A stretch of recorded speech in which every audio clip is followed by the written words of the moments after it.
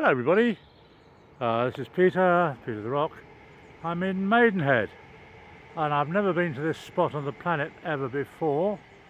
I'm in Guards Park, I think it's called, and here is a magnificent tree with the foliage exactly the same as that nascent or new tree in Hingham Court Park I showed you about 4 videos ago.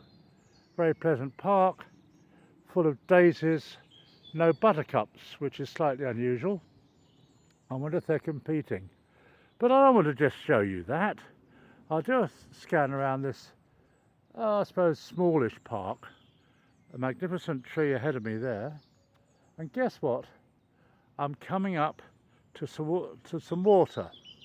Now, those of you who are frantically scrabbling through your wiki maps or whatever to find out where Guards Park Maidenhead is, and I imagine there are absolutely zero of you, will know what this water is. Well, I'll save you the trouble. It is in fact the River Thames. Now, it looks a bit narrow, and there's a reason for that. The reason is that the opposite bank is not the opposite bank of the Thames in disguise. It is, oh, there's some nice geese there. It is in fact an island in the Thames, and you can get an idea of the width of the Thames by looking under this arch here, downstream. The water is flowing downstream. There's always a lot of rain, and there's a little white cruiser moored on the opposite bank. Now, those of you who are interested in engineering or arches or trains, or maybe a combination of those things, will be delighted to see that here comes a train heading towards Slough and then London along the Elizabeth line, and it's going over an arch which is, if I'm very much not mistaken, was the first arch that Brunel built to be as shallow as humanly possible. And that is quite an historic arch, really is historic. It's quite a trek to get here from the station. It's taken me about half an hour. There's no simple A to B route. You have to I've been under the railway twice to get here. So as a tourist attraction, it's difficult to find, and I'm the only person in this park, and certainly the only person looking at this arch. I will do a bit more exploring. The view is not terrific from here, but you get the gist. It's really quite a flat arch, but it's been supporting railways running from London to the West Country to Bristol and so on for at least since Brunel's time, and I believe he died in something like 1859, so about 150, 160, 170 years. Here is a pine, magnificent tree, very, very tall, fantastic. You know it's a pine because, well, because of the leaves, they're pine leaves. And here's a bench. Let's see if Piglet is still missing. Alistair Scott Day, 1929-2015, greatly missed by family and friends. Interesting. I suppose he had to have his middle name put in because Alistair Day just sounds too ordinary. What I'm going to do now, thankfully, is a life-saving floaty thing, I think, in here. I'm not sure. Oh, hang on. Be water aware. If you think someone has fallen into the water, dial 999 straight away and ask to speak to the fire service and ambulance. I wouldn't do that. I think if I saw someone falling in the water, I'd dive in and try and save them. But that's probably where I go wrong. I'd probably stand by the notice thinking, shall I do this, shall I do that? And of course the person would drown while I made up my mind, because there are too many options, too many things to do on that notice. But that's not their fault. There goes another train heading west. A lot of them terminate at Reading. Certainly the Elizabeth line trains terminate at Reading because that's where the line terminates.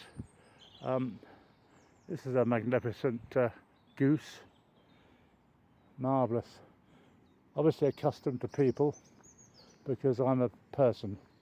So here we are in Maidenhead, my first time. I have been here to Maidenhead before to play chess matches at Maidenhead Chess Club, which is some way from here, but I've never been here before.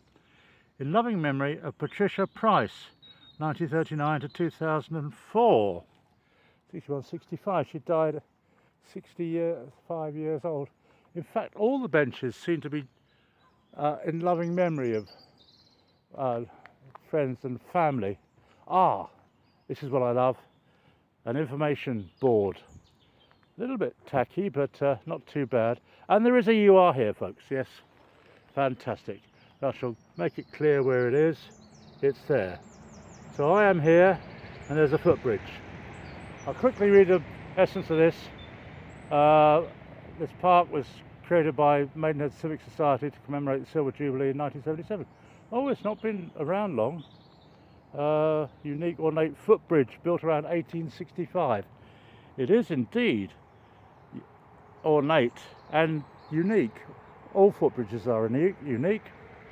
The bridge was rescued by Maidenhead Civic Society in 1976, renovated, blah blah. And the island, north end of Guards Club Island, was built in 1777 by Sir Robert Taylor, architect of Lincoln's Inn. They do that sometimes. They talk about people involved in the construction or the engineering or the design of various local exciting aspects. But in case you haven't heard of them, they say what else they've done. I suppose in a couple of 100 years' time they'll say, now we're going to play She Loves You by the Beatles, who are famous, of course, for Love Me Do, or something like that, or maybe not. But none of us are going to be around then anyway. Brunel's railway bridge connected Maidenhead with central London for the first time in 1838.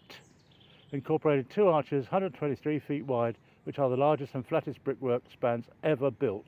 I think they still are.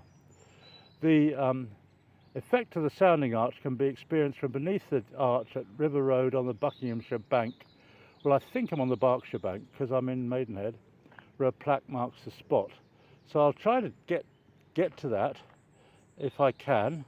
And it looks like, according to this guide, to Guards Head Park, which straddles the Thames. All I need to do is go over the footbridge here, go down the path down the middle of the island, and find River Road. Sounds straightforward. What could possibly go wrong? Anyway, I'll just finish up this little summary of the highlights. And this is the highlight of Maidenhead for me. This stone is in memory of Bill Davis, who passed away in November 1999, aged 44, and had supervised the restoration of this beautiful bridge in 1997. So he died in 1999, okay, on behalf of the Royal Borough of Windsor and Maidenhead. So he supervised the restoration of the bridge, died 2 years later. It's a tribute to good old Bill. So I won't leave you in suspense anymore. Let's have a look and see what it's like to walk across Bill's Bridge. Oh, we get a warning. No jumping, swimming, diving, enjoying yourselves, nothing like that. And now at last, I'm walking across the River Thames. There is the upstream bridge, and there are a couple of canoeists, which I wasn't expecting. Some people think I actually plan all these videos, but actually nobody does. But a lot happens to me through serendipity. Serendipity being surprised by things that just happen to be a good thing that you're not expecting. And there it is, the Brunel Arch. Isn't it fantastic? To sort of make it the same depth, if you can call it that, as previous arches, Of course, it would have had to have been a lot higher, which would have meant lots of gradients in the railways leading up to it and leading away from it. So Brunel did the Great Western Railway, as it probably was called then, I don't know, a favour by, hello, by inventing this level of arch. And it's rather nice to see these canoes go by, a pink one and a blue one, and they're going downstream. Of course, the danger with going downstream is you probably have to come back upstream to get your canoe or your kayak. What's the difference between a canoe and a kayak? I don't know, it's not a joke.